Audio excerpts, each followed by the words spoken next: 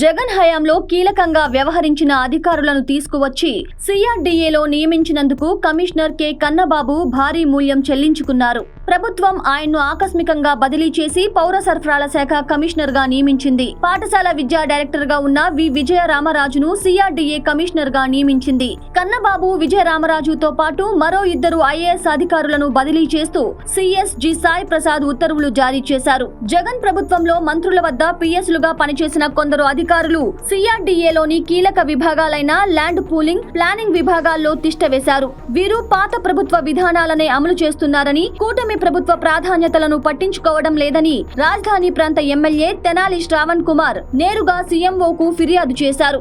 వారిని మార్చాలని కన్నబాబుకు ప్రభుత్వం నుంచి సంకేతాలు వచ్చినా ఆయన చర్యలు తీసుకోకపోవడం కన్నబాబుకు మైనస్ అయింది. అలాగే అమరావతి నిర్మాణానికి అవసరమైన 15,000 కోట్ల ప్రపంచ బ్యాంకు నిధుల ప్రక్రియలో డాక్యుమెంటేషన్, నిబంధనల అమలులో కూడా తీవ్ర జాప్యం జరిగింది. పురపాలక శాఖ మంత్రి నారాయణతో పాటు రాజధాని రైతుల సమస్యలను దగ్గరుండి పరిష్కరిస్తున్న కేంద్ర మంత్రి పెమ్మసాని చంద్రశేఖర్ సూచించిన కొన్ని పనులను కూడా సిఆర్డీఏ అధికారులు పక్కన పడేశారు. అయితే మరోవైపు కన్నబాబు బిల్లుల చెల్లింపు కోసం తయారు చేయించిన సాఫ్ట్వేర్ రివర్స్ కొట్టింది. కాంట్రాక్టర్లకు బిల్లుల చెల్లింపులో జాప్యం జరిగింది. ఈ విషయంలో కాంట్రాక్టర్లు సీఎంఓకు ఫిర్యాదు చేశారు. కన్నబాబు ఆకస్మిక బదిలీకి ఇవన్నీ కారణాలని అధికార వర్గాలు వెల్లడించాయి. కన్నబాబు కమిషనర్ గా బాధ్యతలు చేపట్టిన తొలినాళ్లలో రాజధాని గ్రామాల రైతులు చాలా సమస్యల్ని సిఆర్డీఏ దృష్టికి తీసుకువచ్చారు. వాటిని సానుకూలంగా పరిష్కరించడంలో కన్నబాబు విఫలమయ్యారన్న అసంతృప్తి ప్రభుత్వంలో ఉంది. తరువాత కేంద్ర మంత్రి పెమ్మసాని చంద్రశేఖర్, పురపాలక శాఖ మంత్రి నారాయణ,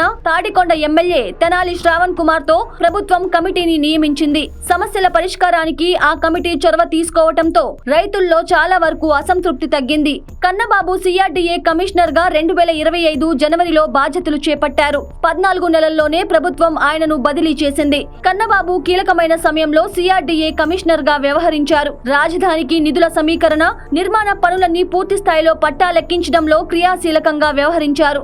ఏ రోజు ఎంత పని జరిగిందో మదింపు చేసేందుకు ప్రత్యేక ప్లాట్ఫామ్ రూపకల్పన, కాంట్రాక్టర్లకు బిల్లుల చెల్లింపునకు పలు సంస్కరణలు తీసుకువచ్చారు.